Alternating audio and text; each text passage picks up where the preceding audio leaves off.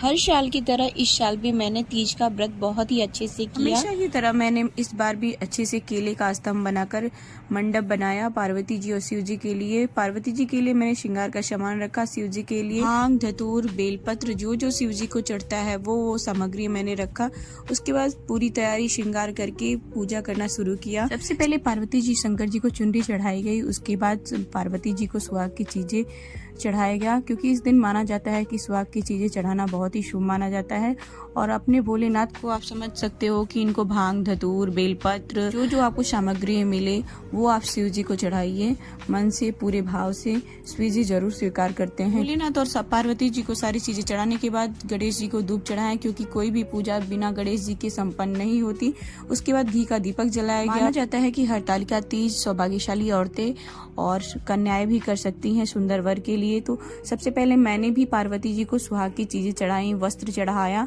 उसके बाद एक एक करके सारी चीजें जैसे कि काजल, बिंदी, सिंदूर, आलता, मेहंदी, चूड़ी, लिपस्टिक, जो आप चीजें सुहाग की चीजें लगाते हो वो पार्वती जी को चढ़ाइए पूरे भाव से। पार्वती जी जरूर स्वीकार करेंगी।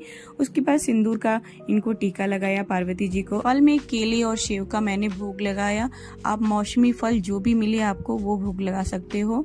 उसके बाद भोले बाबा की पूजा की, तो मैंने भी बेलपत्र, फूल, भांग, धतूर और गणेश जी को दूबा चढ़ाया। उसके बाद मैंने लड्डू का भोग लगाया। लड्डू का भोग गणेश जी को बहुत ही पसंद है, तो मैंने लड्डू का भोग लगाया। एक बार पंडित जी ने मुझे बताया था कि शिव जी की पूजा में चारों तरफ की चारों कोने साफ होने चाहिए और चारों कोनों को बहुत ही अच्छे से फूल, पत्तियों, चंदन, हल्दी सारी चीजों से अच्छे से सजा दीजिए, ताकि आपके जीवन में चारों तरफ से शिव जी का आशीर्वाद बना रहे और आपकी चारों तरफ से रक्षा करते रहे। शिव जी को इत्र जरूर लगाइए। उसके बाद धूप सुलगाकर उनको धूप दिखाया।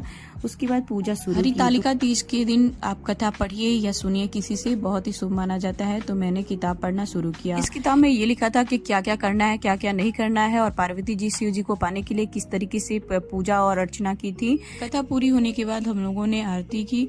तो आरती में सबसे पहले हम लोग शिव जी की आरती किए, फिर पार्वती जी की, फिर गणेश जी की। बारी बारी से सारे लोग पूजा किए। क्या आपको पता है कि हरतालिका तीज व्रत का कथा का नाम हरतालिका तीज क्यों पड़ा?